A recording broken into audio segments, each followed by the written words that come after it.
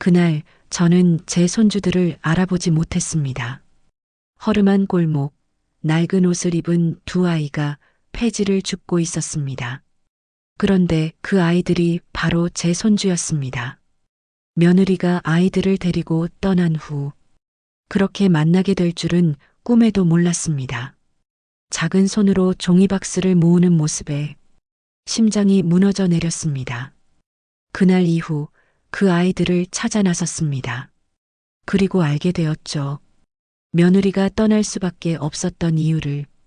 사연 시작하기 전에 구독과 좋아요 부탁드립니다. 안녕하세요. 저는 윤말순입니다. 올해 68이죠. 부산 남포동 아파트 26층에서 내려다보는 항구가 참 좋아요. 아침마다 창가에 서서 바다를 바라보는 게 제 하루 시작이거든요. 오늘도 어김없이 커피 한 잔 들고 창가에 섰습니다. 그런데 아래쪽 항만 골목이 눈에 들어왔어요. 평소보다 더 자세히 보게 됐죠. 아무래도 요즘 마음이 복잡해서 그런가 봅니다. 골목 초입에 있는 철수 아저씨 고물상 앞이었어요. 그 앞에 낡은 리어카 하나가 서 있더라고요. 바퀴가 삐걱거리는 소리까지 들리는 것 같았습니다. 리어카 옆에 아이 둘이 서 있었어요. 누나로 보이는 아이가 10살쯤 되어 보였고 남동생은 7살 정도였죠. 둘 다 옷이 많이 낡아 있었어요. 특히 누나 아이 신발 밑창이 벌어져 있는 게 보였습니다. 누나가 고물상 옆 분식집으로 걸어갔어요. 그러더니 주인 아주머니한테 뭔가 말을 건넸죠. 아주머니가 고개를 끄덕이더니 기름에 튀긴 고로케 하나를 봉지에 담아줬습니다. 1,000원을 내는 누나의 손이 참 작았어요. 동전을 하나하나 세는 모습이 여기서도 보일 정도로 조심스러웠죠. 누나가 동생에게 고로케를 건넸습니다. 자, 먹어. 동생이 고개를 갸웃했어요. 누나는 배불러. 어서 먹어. 누나가 동생 머리를 쓰다듬어 주었어요. 그 순간이었습니다. 누나 머리에 꽂힌 핀이 햇빛에 반짝였거든요. 은색 나비 모양의 작은 핀이었어요. 제 손에 들고 있던 명품 가방이 바닥에 떨어졌습니다. 커피잔도 함께 떨어져 산산조각 났죠. 그 핀을 저는 알고 있었거든요. 아니, 알 수밖에 없었습니다. 5년 전 일이었어요. 아들 준호가 딸 소희 생일 선물을 사러 백화점에 갔었죠. 그때 제가 함께 갔거든요. 한정판으로 나온 나비핀이었는데 가격이 만만치 않았어요. 그래도 아들이 기꺼이 샀죠. 아빠, 이거 예뻐요. 소희가 그렇게 좋아했던 핀이었습니다. 그런데 지금 그 핀이 저 아이 머리에 꽂혀 있다는 게 말이 되나요? 설마 하는 마음이 들었어요. 그러니까 정말 설마 저 아이들이. 다리에 힘이 빠졌습니다. 그대로 거실 바닥에 주저앉고 말았어요. 5년 전 그날 이후로 소희와 준호를 한 번도 못 봤거든요. 며느리 은경이가 아이 데리고 집을 나간 뒤로 연락이 완전히 끊어졌습니다. 제가 며느리한테 너무 간섭했나 봐요. 그때는 손녀가 걱정돼서 그랬는데 지금 생각해 보니 정말 후회스럽습니다. 창밖을 다시 봤어요. 남매는 여전히 거기 있었죠. 동생이 고로케를 조금씩 뜯어먹고 있었고 누나는 그 모습을 바라보며 미소 짓고 있었어요. 그 미소가 예전 소희와 똑같았습니다. 아무래도 확인해 봐야겠어요. 이런 우연이 있을 수 있을까요? 아니면 제가 너무 보고 싶어서 착각하는 걸까요? 그러나 그 나비핀만큼은 확실했습니다. 세상에 하나뿐인 한정판이었거든요. 가슴이 두근거렸어요. 무서우면서도 기대가 됐죠. 혹시 정말 소희라면? 그렇다면 저 아이들이 왜 저런 모습으로 살고 있는 걸까요? 준호는 어디 있는 건지, 은경이는 왜 아이들만 놔두고 간 건지 궁금한 게 한두 가지가 아니었습니다. 일단 옷부터 갈아입어야겠어요. 그리고 저 골목으로 내려가 봐야겠습니다. 골목으로 내려가는 길이 참 멀게 느껴졌어요. 엘리베이터 안에서 거울을 봤는데 제 얼굴이 창백해져 있더라고요. 5년 전 일들이 하나하나 떠올랐습니다. 그때 정말 힘든 시기였어요. 아들 도연이가 갑자기 세상을 떠났거든요. 심근경색이었죠. 겨우 35살이었는데 말이에요.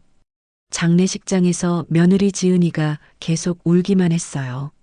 소희도 어린 나이에 아빠를 잃고 얼마나 힘들어했는지 모릅니다. 그런데 장례 다음 날이었어요. 조카 상우가 급히 달려왔죠.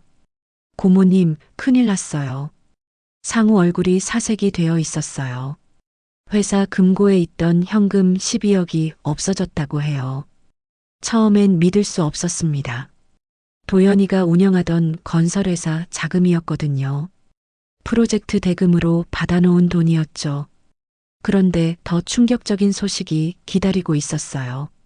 형수님도 안 보여요. 소희랑 함께 어디 간 것 같은데. 머리가 띵해졌습니다. 그러니까 며느리가 돈과 함께 사라졌다는 얘기였거든요.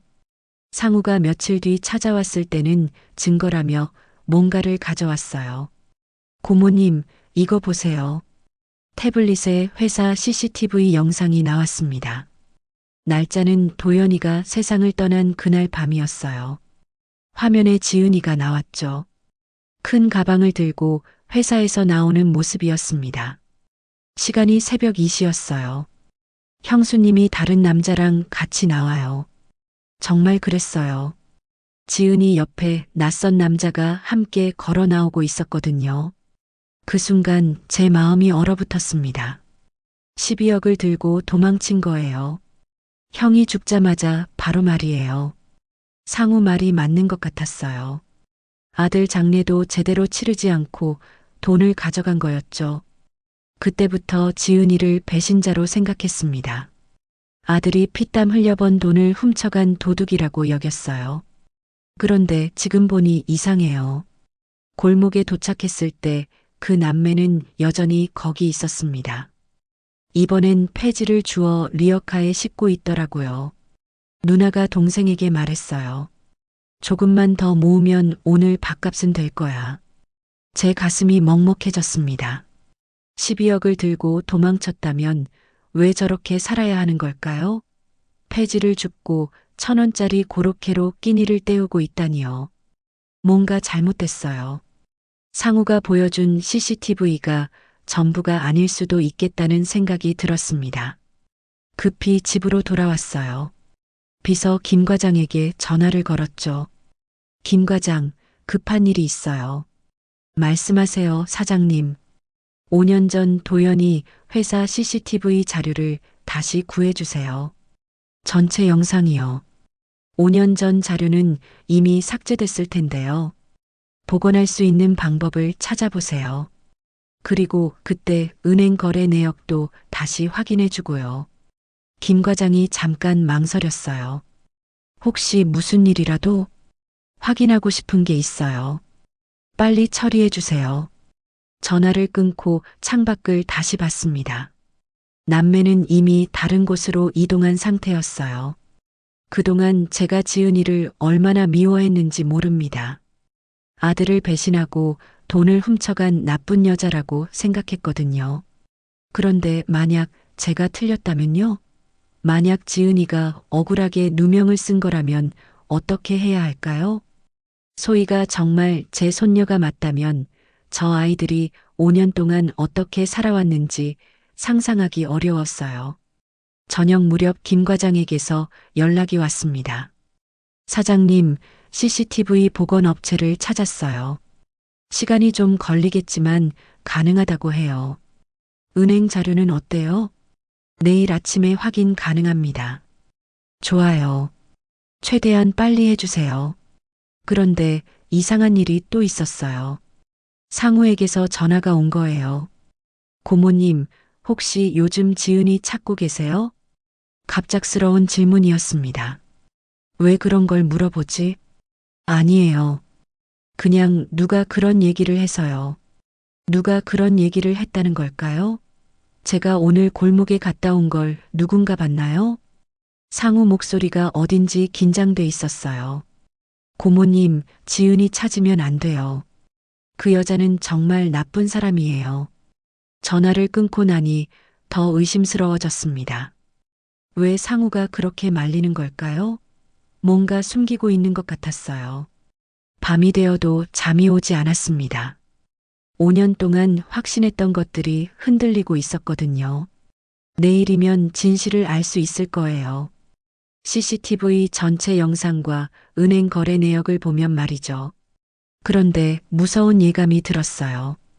이건 단순한 일이 아닐 것 같다는 생각이 계속 들었거든요. 거울에 비친 제 얼굴이 불안해 보였습니다. 다음 날 아침 일찍 고물상으로 향했습니다. 김재만 아저씨를 만나야겠다고 생각했거든요. 골목 어귀에서 멈춰 섰어요. 고물상 앞에 아이들이 보이지 않았습니다. 어디 갔을까요? 고물상 문을 밀고 들어갔어요. 각종 고철과 폐품들이 산처럼 쌓여 있었죠. 어서 오세요. 깊숙한 곳에서 남자 목소리가 들렸습니다. 60대 후반으로 보이는 남자가 나타났어요. 키가 크고 어깨가 넓었는데 눈빛이 예사롭지 않았습니다. 김재만 사장님이시죠? 그렇습니다. 무슨 일로 오셨나요? 어제 여기서 본 아이들 얘기를 좀 하고 싶어서요. 김재만 아저씨 표정이 순간 굳어졌어요. 어떤 아이들 말씀이신지? 남매요. 누나가 동생한테 그렇게 사주는 걸 봤거든요. 아저씨가 잠깐 망설이더니 제게 가까이 다가왔습니다. 혹시 누구신지 여쭤봐도 될까요? 저는 윤말순이라고 합니다. 윤말순? 아저씨 눈이 커졌어요. 뭔가 아는 듯한 반응이었죠. 그 아이들, 누가 돌보는 겁니까? 김재만 아저씨가 한참 저를 바라봤습니다. 그러더니 깊은 한숨을 내쉬었어요. 안으로 들어오시죠. 고물상 안쪽으로 들어가니 작은 사무실 같은 공간이 나왔어요. 낡은 책상과 의자, 그리고 작은 냉장고가 전부였습니다. 앉으세요. 아저씨가 물 한 컵을 건네주었어요. 그 아이들 말이죠. 5년째 여기서 살고 있어요. 5년째요? 네. 5년 전 폭우가 내리던 밤이었어요. 여자 한 명이 아이 둘을 데리고 찾아왔죠. 아저씨 목소리가 조용해졌습니다. 하룻밤만 재워달라고 하더라고요. 그런데 하룻밤이 5년이 됐네요. 제 가슴이 뛰기 시작했어요. 그 여자가 누구였습니까? 한지은이라고 했어요. 역시 며느리였습니다. 지은이가 왜 여기에? 그날 밤 비가 정말 많이 왔거든요. 아이들이 흠뻑 젖어서 떨고 있었어요. 안 도와줄 수가 없었죠. 김재만 아저씨가 뒤쪽을 가리켰습니다. 저기 칸막이 쳐놓은 곳이 있어요. 거기서 셋이 살고 있어요. 정말 그곳에 칸막이가 설치되어 있었어요. 낡은 합판으로 만든 작은 방이었습니다. 그런데 아저씨는 누구세요? 왜 남의 가족을 도와주신 거예요? 김재만 아저씨가 쓴웃음을 지었어요. 저는 전직 형사예요. 30년 동안 경찰 일을 했죠. 형사셨다고요? 퇴직하고 나서 이 고물상을 운영하고 있어요. 그런데 그날 밤 지은 씨를 보니까 뭔가 사정이 있어 보이더라고요. 아저씨가 찻잔을 들었다가 다시 내려놓았습니다. 아이들이 너무 어렸거든요. 특히 작은 아이는 겨우 2살이었어요. 그러니까 5년 전 소희가 5살, 남동생이 2살이었다는 얘기네요. 지은이가 뭐라고 했나요? 처음엔 아무 말도 안 했어요. 그냥 계속 울기만 하더라고요. 아저씨가 창밖을 바라봤습니다. 며칠 뒤에야 조금씩 얘기를 하기 시작했어요. 남편이 갑자기 세상을 떠났다고, 그리고 누명을 썼다고 하더라고요. 누명이요? 돈을 훔쳤다는 누명 말이에요. 그래서 도망 나온 거라고 했어요. 제 머릿속이 복잡해졌어요. 상우가 보여준 CCTV와 다른 얘기였거든요. 그런데 왜 5년 동안이나 여기서 사신 거예요? 갈 곳이 없다고 하더라고요. 그리고 아이들 때문에 함부로 움직일 수도 없고요. 김재만 아저씨가 벽에 걸린 낡은 달력을 바라봤습니다. 지은 씨가 낮에는 청소 일을 해요. 아이들이 학교 간 사이에 말이죠. 학교를 다녀요? 네. 소희는 이제 초등학교 4학년이고 지훈이는 2학년이에요. 남동생 이름이 지훈이었군요. 그런데 아이들이 폐지를 줍는 이유는 뭔가요? 아저씨 표정이 어두워졌어요. 지은 씨 월급이 너무 적어요. 아이들 학용품이나 간식비도 부족하죠. 그래서 소희가 동생이랑 폐지를 주어서 용돈을 벌어요. 가슴이 아팠습니다. 제 손녀가 그렇게 살고 있었다니요. 제가 도와주려고 했는데 지은 씨가 완강히 거절하더라고요. 자립해서 살고 싶다면서요. 그때 밖에서 아이들 목소리가 들렸어요. 할아버지, 다녀왔어요. 소희와 지훈이가 고물상으로 들어왔습니다. 그리고 저를 보고 깜짝 놀랐어요. 안녕하세요. 소희가 정중하게 인사했습니다. 예의 바른 아이였어요. 할머니는 누구세요? 지훈이가 호기심 어린 눈으로 저를 바라봤습니다. 김재만 아저씨가 아이들에게 말했어요. 엄마 친구분이야. 잠깐 인사드리러 오셨어. 소희가 제 얼굴을 유심히 봤어요. 뭔가 낯익다는 표정이었죠. 할머니, 어디서 본 것 같아요. 제 눈에 눈물이 맺혔습니다. 그래도 참았어요. 그럴 리가. 처음 보는 할머니야. 김재만 아저씨가 재빨리 말했습니다. 아이들이 안으로 들어간 뒤 아저씨가 조용히 말했어요. 지은 씨는 지금 일하러 나갔어요. 저녁에 돌아올 거예요. 혹시 제가 지은이를 만날 수 있을까요? 아저씨가 고개를 저었습니다. 아직은 안 될 것 같아요. 지은 씨가 누군가를 몹시 무서워해요. 누구를요? 잘 모르겠어요. 그냥 사람들 만나는 걸 꺼려해요. 집으로 돌아오는 길이 참 무거웠습니다. 5년 동안 며느리와 손주들이 그렇게 살고 있었다니요. 제가 얼마나 잘못 생각했는지 모르겠어요. 그런데 더 큰 의문이 생겼습니다. 상우가 보여준 CCTV는 뭐였을까요? 왜 지은이가 다른 남자와 함께 회사를 나오는 모습이 찍혔을까요? 그리고 정말 12억이 사라진 게 맞나요? 김 과장에게서 연락이 와야 할 텐데요. CCTV 복원 결과와 은행 거래 내역을 빨리 확인해야겠어요. 뭔가 큰 진실이 숨겨져 있는 것 같았습니다. 다음 날 아침 김재만 아저씨에게서 전화가 왔습니다. 말순 씨, 혹시 시간 되시면 고물상으로 오실 수 있나요? 무슨 일이세요? 드릴 게 있어요. 중요한 거예요. 급히 고물상으로 향했어요. 김재만 아저씨가 사무실에서 기다리고 있었습니다. 어서 오세요. 앉으세요. 아저씨 표정이 평소와 달랐어요. 뭔가 심각해 보였죠. 어제 말순 씨가 가신 뒤에 지은 씨와 얘기를 했어요. 지은이 와요? 네. 그런데 지은 씨가 제게 맡긴 게 있다고 하더라고요. 김재만 아저씨가 책상 서랍을 열었습니다. 그 안에서 낡은 봉투 하나를 꺼냈어요. 이걸 말순 씨께 드리라고 했어요. 봉투를 받아들었습니다. 겉면에 글씨가 적혀 있었어요. 어머님께 한지은 올림. 며느리 글씨였습니다. 또박또박 정성스럽게 쓴 흔적이 보였어요. 언제 쓴 편지인가요? 5년 전에 맡겼어요. 혹시 자신이 죽으면 시어머니께 꼭 전해달라고 했죠. 손이 떨렸습니다. 지은이가 왜 그런 말을 했을까요? 여기서 읽어보세요. 봉투를 뜯었어요. 편지지 2장이 들어 있었습니다. 첫 번째 줄부터 충격이었어요. 어머님, 죄송합니다. 도연 오빠가 어떻게 세상을 떠났는지 말씀드리지 못해서요. 도연이가 어떻게 세상을 떠났다는 건가요? 계속 읽어 내려갔습니다. 오빠는 단순한 심장마비로 죽은 게 아니에요. 병원에서 맞은 링거에 독극물이 섞여 있었거든요. 편지지가 손에서 떨어질 뻔했어요. 독극물이요? 김재만 아저씨가 제 어깨를 잡아줬습니다. 계속 읽어보세요. 편지를 다시 들었어요. 범인은 상우예요. 도연 오빠 사촌 동생 말이에요. 상우가 오빠를 죽였어요. 머리가 하얘졌습니다. 상우가 도연이를 죽였다고요? 상우는 회사 지분과 유산을 노리고 있었어요.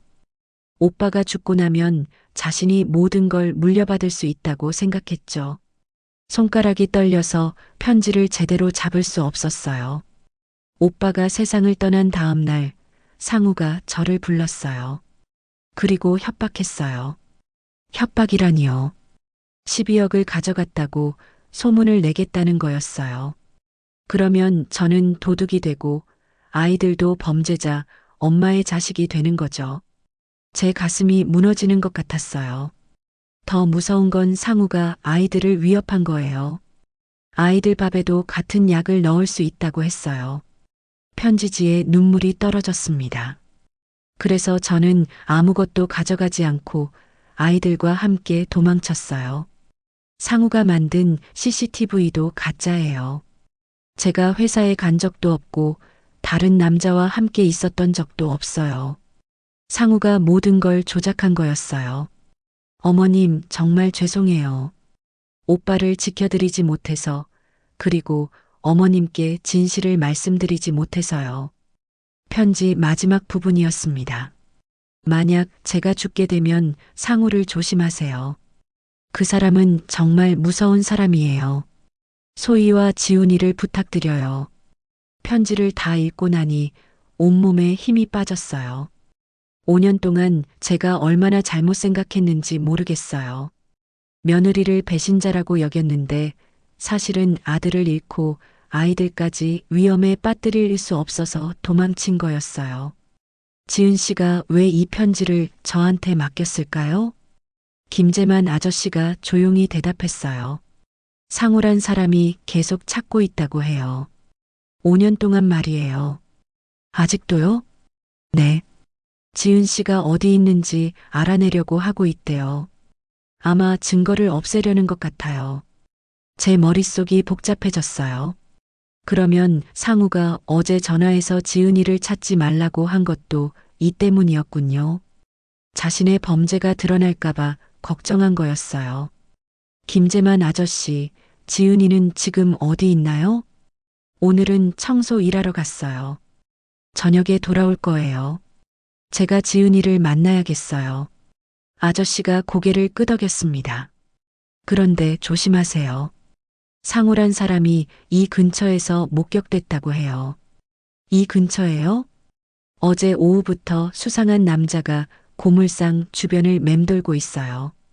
지은 씨가 많이 무서워하고 있어요. 상우가 벌써 이곳을 찾아온 거였어요. 집으로 돌아가는 길에 김 과장에게서 전화가 왔습니다. 사장님, CCTV 복원 작업이 끝났어요. 어떻게 나왔어요? 상우 씨가 보여드린 영상과 전혀 달라요. 조작된 게 확실해요. 역시 그랬어요.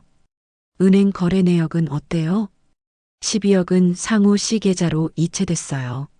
지은 씨 계좌로는 한 푼도 들어간 적이 없고요. 모든 게 명확해졌습니다. 상우가 도연이를 죽이고 돈을 훔치고 지은이에게 누명을 씌운 거였어요. 그리고 5년 동안 며느리와 손주들이 고생하는 동안 상우는 편안하게 살아온 거죠.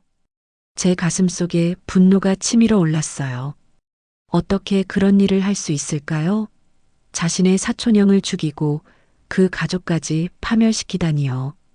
그런데 더 무서운 건 상우가 아직도 지은이와 아이들을 노리고 있다는 거였어요. 이제 제가 나서야겠어요. 며느리와 손주들을 지켜야겠습니다. 상우와 맞서 싸울 준비를 해야겠어요. 거울을 봤는데 제 눈빛이 예전과 달라져 있었어요. 이제 진실을 알았으니까 두려울 게 없었거든요. 며느리에게 사과해야겠어요. 그리고 손주들을 제대로 된 집으로 데려와야겠습니다. 상우는 반드시 법의 심판을 받게 하겠어요. 편지를 다 읽고 나니 다리에 힘이 빠졌어요. 그대로 바닥에 무릎을 꿇고 말았습니다. 내가 내 아들 죽인 놈을 내 손으로 키웠구나. 목소리가 떨렸어요. 상우를 조카라고 생각하며 어릴 때부터 챙겨줬거든요. 도연이와 함께 자란 아이였는데 그 아이가 제 아들을 죽였다니요. 김재만 아저씨가 제 어깨에 손을 올렸습니다. 말순 씨, 일어나세요. 어떻게 이런 일이? 제 목소리가 쉬어 있었어요. 5년 동안 며느리를 원망했던 제 자신이 너무 부끄러웠거든요. 증거를 찾아야 합니다. 아직 늦지 않았어요. 김재만 아저씨 말이 맞았어요. 지금 무너져 있을 때가 아니었습니다. 집으로 돌아와서 김 과장에게 다시 전화를 걸었어요. 김 과장, 급한 일이 또 생겼어요. 말씀하세요, 사장님. 상우의 금융 기록을 모두 조사해 주세요. 5년 전부터 지금까지 전부요. 상우 씨 기록을요? 네. 그리고 5년 전 도연이가 입원했던 병원 CCTV도 복원해 주세요. 김 과장이 잠깐 망설였어요. 혹시 무슨 일이 있으신 건가요? 나중에 설명드릴게요. 지금은 급해요. 전화를 끊고 거실에 앉았습니다. 5년 전 일들이 하나하나 떠올랐어요. 도연이가 갑자기 쓰러져서 병원에 실려갔던 그날. 상우가 누구보다 놀란 척했었죠. 그런데 그게 다 연기였다니요. 병원에서 도연이가 숨을 거둘 때도 상우가 제일 많이 울었어요. 그 눈물까지 가짜였던 거예요. 장례식장에서도 상우가 지은이를 위로해 줬었는데 뒤에서는 지은이를 협박하고 있었던 거죠. 생각할수록 분노가 치밀어 올랐어요. 밤이 깊어도 잠이 오지 않았습니다. 계속 며느리와 아이들 얼굴이 떠올랐거든요. 소희가 동생에게 고로케를 건네던 모습, 지훈이가 누나를 바라보던 순수한 눈빛, 그리고 폐지를 주어서 용돈을 벌어야 했던 아이들. 제 손녀와 손자가 5년 동안 그렇게 살아왔다는 게 믿어지지 않았어요. 새벽 3시가 되어서야 잠깐 눈을 붙였는데 꿈에서 도연이가 나타났어요. 엄마, 지은이랑 아이들 좀 도와줘요. 도연이가 그렇게 말하는 것 같았어요. 다음 날 아침 일찍 김 과장에게서 전화가 왔습니다. 사장님, 상우 씨 금융 기록 나왔어요. 어떻게 나왔나요? 5년 전 도연 씨가 돌아가신 다음 날부터 큰 돈이 들어오기 시작했어요. 역시 그랬어요. 병원 CCTV는 어떻게 됐나요? 복원 중인데 오늘 오후면 결과가 나올 것 같아요. 좋아요. 결과 나오는 대로 바로 연락 주세요. 이제 증거들이 하나씩 모이고 있었어요. 거울을 보니 제 얼굴이 많이 변해 있었습니다. 하루 만에 늙어 보였어요. 그런데 눈빛만은 달랐어요. 예전보다 더 단단해져 있었거든요. 이제 결심했어요. 상우를 반드시 법정에 세우겠습니다. 그리고 며느리에게 진심으로 사과하겠어요. 5년 동안 고생한 아이들도 제대로 된 집으로 데려와야겠어요. 창밖을 바라보니 항구가 보였습니다. 저 멀리 고물상이 있는 골목도 보였어요. 지금쯤 소희와 지훈이가 학교에 가고 있을 거예요. 지은이는 청소일을 하러 나갔을 테고요. 오늘 저녁에는 꼭 지은이를 만나야겠습니다. 그리고 모든 걸 사과해야겠어요. 이제 내 손으로 끝내리라. 혼자서 중얼거렸어요. 더 이상 상우가 제 가족을 괴롭히게 둘 수는 없었거든요. 새벽 5시 휴대폰 진동으로 잠에서 깼습니다. 김 과장에게서 온 문자였어요. 사장님, 긴급합니다. 병원 CCTV 복원 완료됐어요. 즉시 확인 부탁드립니다. 서둘러 옷을 입고 회사로 향했어요. 김 과장이 이미 사무실에서 기다리고 있었습니다. 어서 오세요, 사장님. CCTV 어떻게 나왔나요? 김 과장이 노트북을 켰어요. 화면에 병원 복도가 나타났습니다. 5년 전 도연 씨가 입원한 날 밤 11시 영상이에요. 화면을 보는 순간 온몸이 얼어붙었어요. 상우가 간호사복을 입고 도연히 병실로 들어가고 있었거든요. 손에는 링거백을 들고 있었죠. 링거를 교체하는 모습이 다 나와 있어요. 정말 그랬어요. 상우가 조심스럽게 기존 링거를 빼고 새로운 걸로 바꿔 달고 있었습니다. 그리고 이건 은행 거래 내역이에요. 김 과장이 다른 서류를 보여줬어요.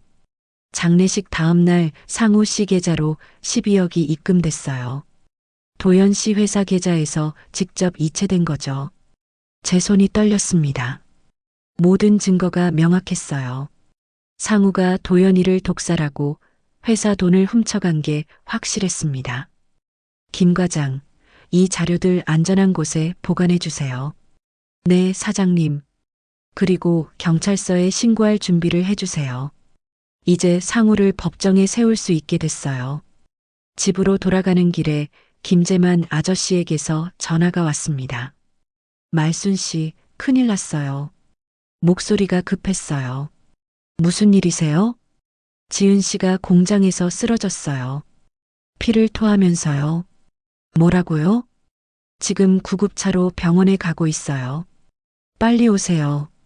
전화를 끊고 급히 병원으로 향했습니다. 가는 내내 가슴이 뛰었어요. 병원에 도착했을 때 지은이는 응급실에 있었어요. 김재만 아저씨가 밖에서 기다리고 있었습니다. 어떻게 됐나요? 의사 선생님이 진료 중이에요. 왜 갑자기 피를 토한 거죠? 김재만 아저씨가 고개를 저었어요. 모르겠어요.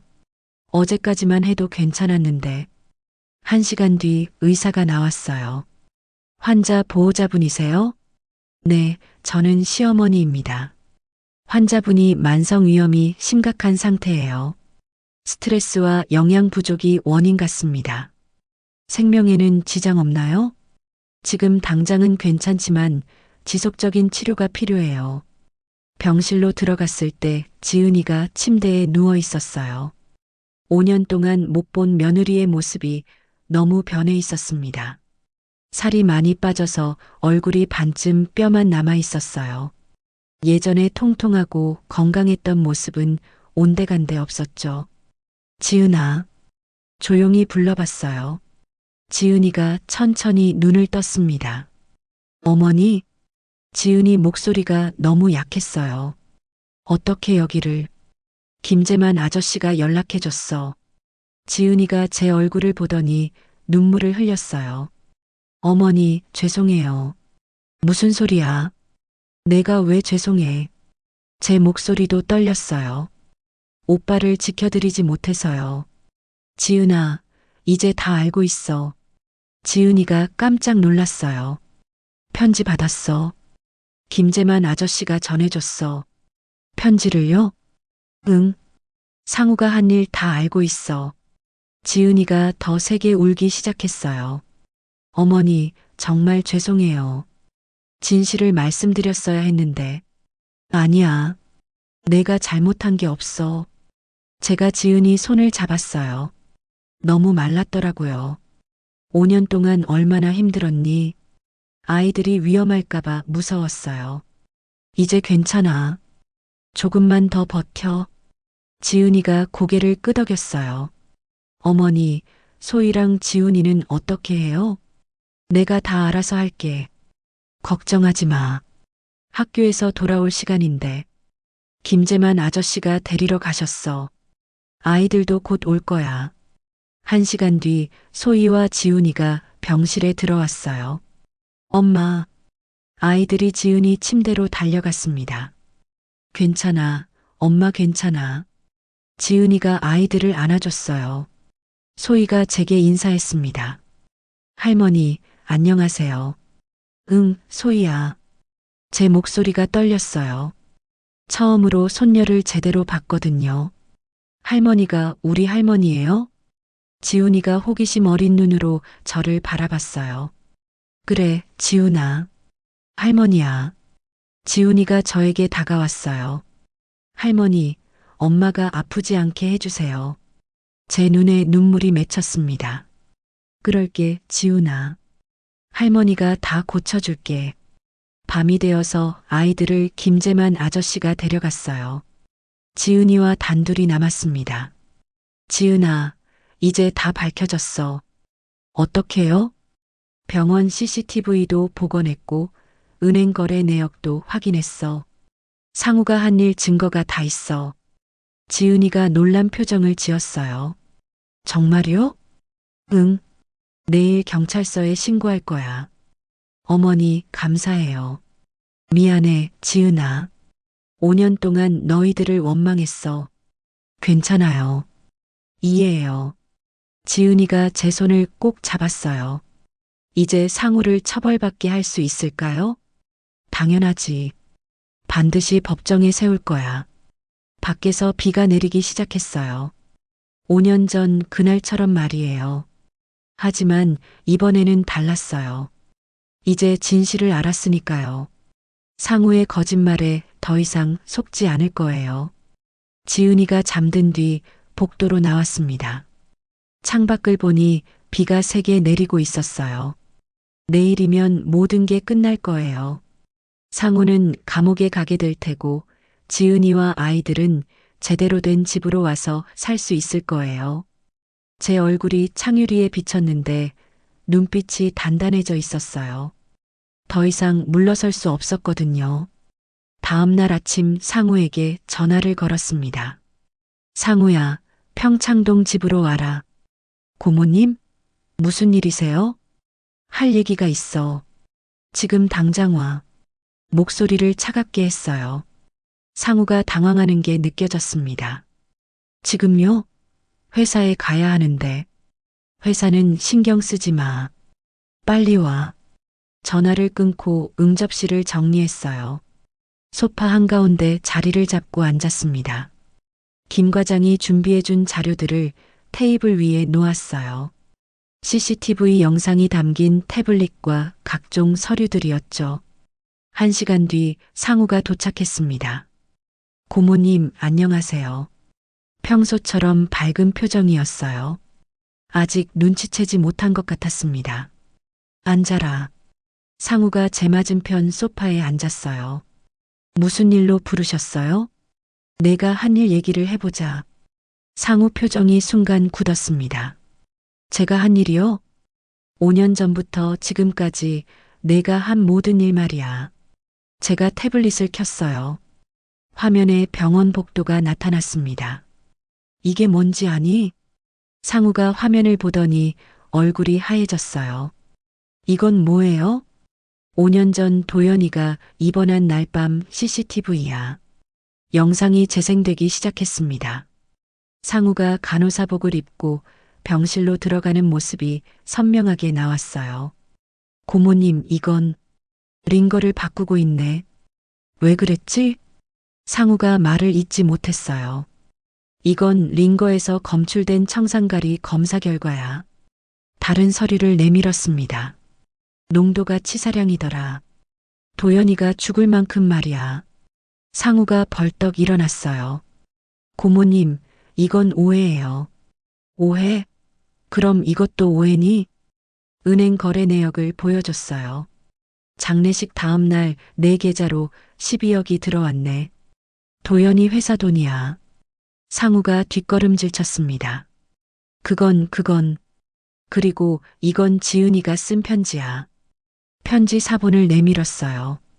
내가 지은이를 어떻게 협박했는지 다 적혀 있어. 상우가 그 자리에 주저앉았습니다. 고모님, 제발 들어보세요. 이제 와서 무슨 변명을 하려고? 제 목소리가 얼음처럼 차가웠어요. 도연이가 죽으면 회사가 내 거 될 거라고 생각했지? 상우가 고개를 숙였어요. 유산도 내가 물려받을 수 있을 거라고 여겼고, 고모님, 그래서 내 사촌형을 독살한 거야? 상우가 무릎을 꿇고 엎드렸습니다. 죄송해요, 고모님. 정말 죄송해요. 지금 와서 사과한다고 도연이가 살아 돌아오니 제 가슴이 아팠어요. 그동안 상우를 얼마나 아껴줬는데 이런 일을 저질렀을까요? 용서해 주세요. 다시는 이런 일 안 할게요. 다시는? 5년 동안 지은이와 아이들이 어떻게 살았는지 아니? 상우가 더 세게 엎드렸어요. 몰랐어요. 정말 몰랐어요. 거짓말하지 마. 내가 계속 찾아다녔잖아. 그건 아이들까지 위협했다며? 밥에 독을 넣겠다고? 상우가 대답하지 못했어요. 제가 일어서서 창가로 걸어갔습니다. 내가 탐한 건 돈이 아니었어. 내 아들의 생명이었다. 뒤에서 상우가 울고 있는 소리가 들렸어요. 고모님, 제발 한 번만 용서해 주세요. 용서? 도연이한테 가서 용서를 빌어라. 그때 초인종이 울렸습니다. 경찰이 도착한 거였어요. 미리 신고해뒀거든요. 경찰이 왔네. 상우가 깜짝 놀라 뒤돌아봤어요. 고모님 설마 오상우 씨죠? 경찰관 2명이 응접실로 들어왔습니다. 살인, 횡령, 협박 혐의로 체포하겠습니다. 상우가 벌떡 일어나려 했지만 이미 늦었어요. 묵비권을 행사할 수 있습니다. 수갑이 채워지는 소리가 들렸어요. 상우가 끌려나가면서 계속 뒤돌아봤습니다. 고모님, 고모님. 문이 닫히고 나니 조용해졌어요. 혼자 남은 응접실에서 깊은 한숨을 내쉬었습니다. 5년 만에 진실이 밝혀졌어요. 도연이를 죽인 범인을 잡았습니다. 하지만 마음이 편하지는 않았어요. 상우도 어릴 때부터 키운 조카였거든요. 창밖을 보니 하늘이 맑았어요. 오랜만에 구름 한 점 없는 파란 하늘이었습니다. 도연아, 이제 편히 쉬어라. 혼자서 중얼거렸어요. 아들에게 해줄 수 있는 마지막 일을 끝낸 것 같았습니다. 이제 지은이와 아이들을 돌봐야겠어요. 5년 동안 고생한 만큼 잘해줘야겠습니다. 휴대폰을 들고 김재만 아저씨에게 전화를 걸었어요.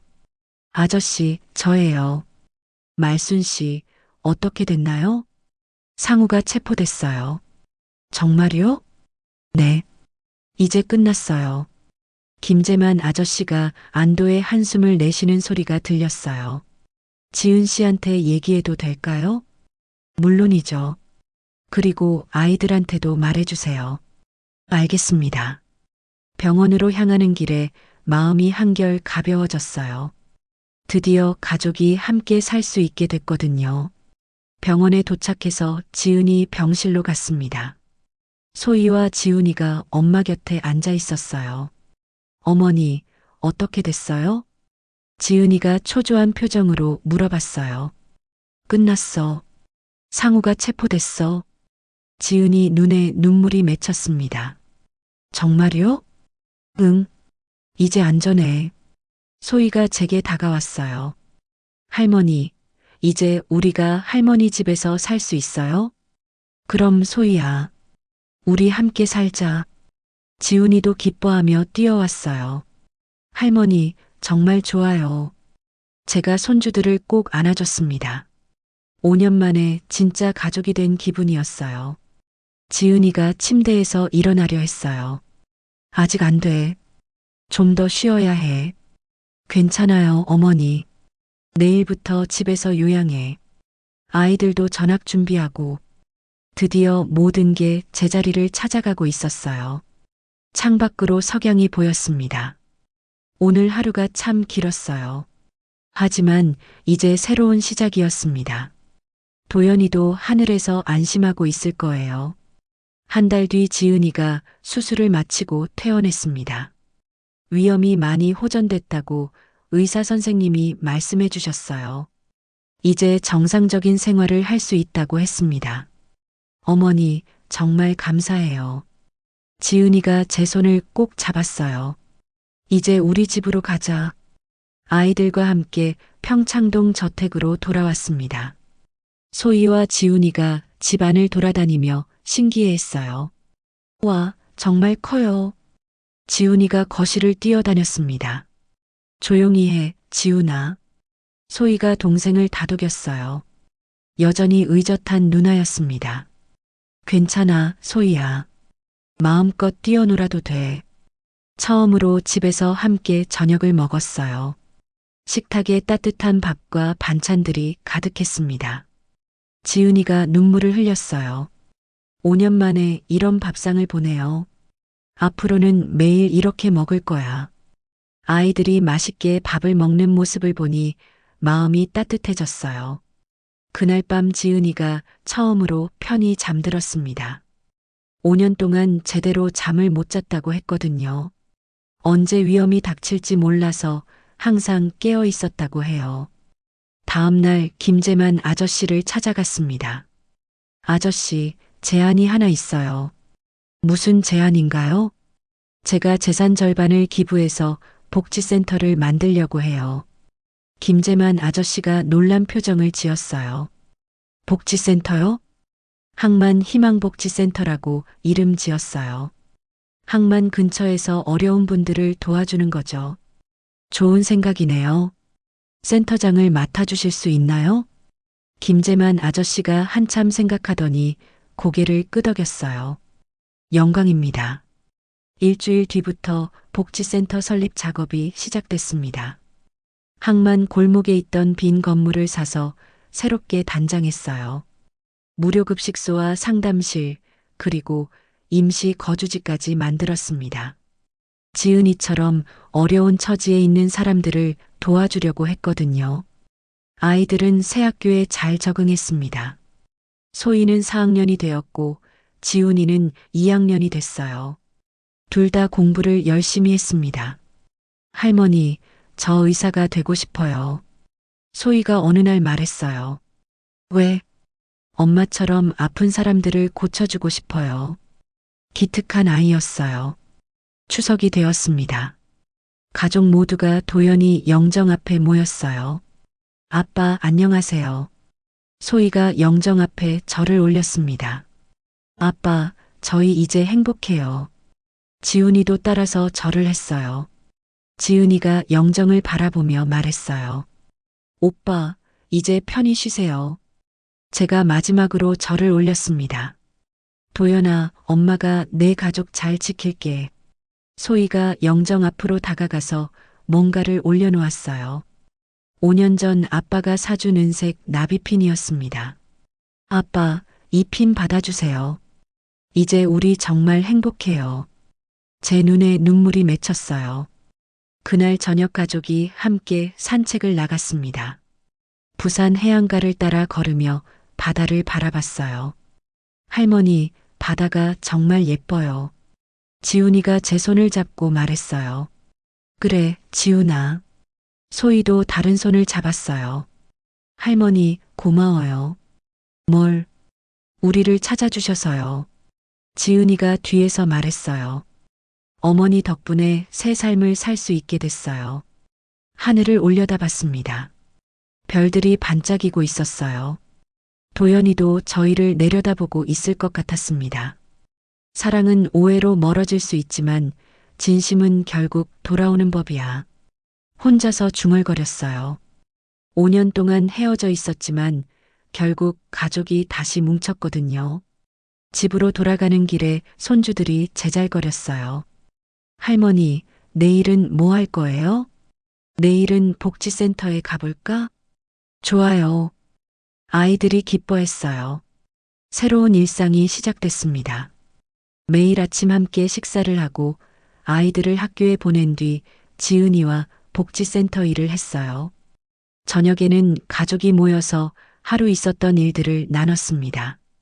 평범하지만 소중한 일상이었어요. 항만 희망복지센터도 잘 운영되고 있었습니다. 김재만 아저씨가 센터장으로서 훌륭히 일해주고 있었거든요. 어려운 사람들이 하나둘 도움을 받으러 왔어요. 지은이처럼 억울한 일을 당한 사람들도 있었고 생계가 어려운 가족들도 있었습니다. 모두들 새로운 희망을 찾아가고 있었어요. 그런 모습을 보면서 보람을 느꼈습니다. 도연이가 살아있다면 분명 기뻐했을 거예요. 오늘도 가족이 함께 저녁 식사를 했습니다. 따뜻한 밥상 앞에 앉은 소중한 사람들을 바라보며 미소를 지었어요. 늦었지만 이제야 진짜 가족이 된 것 같았습니다. 어떠셨나요? 오늘 준비한 이야기는 여기까지입니다. 영상을 시청해주신 모든 분들께 고맙습니다. 느끼신 감정을 댓글로 남겨주세요. 구독과 좋아요 부탁드립니다. 감사합니다. 건강하시고 행복하세요.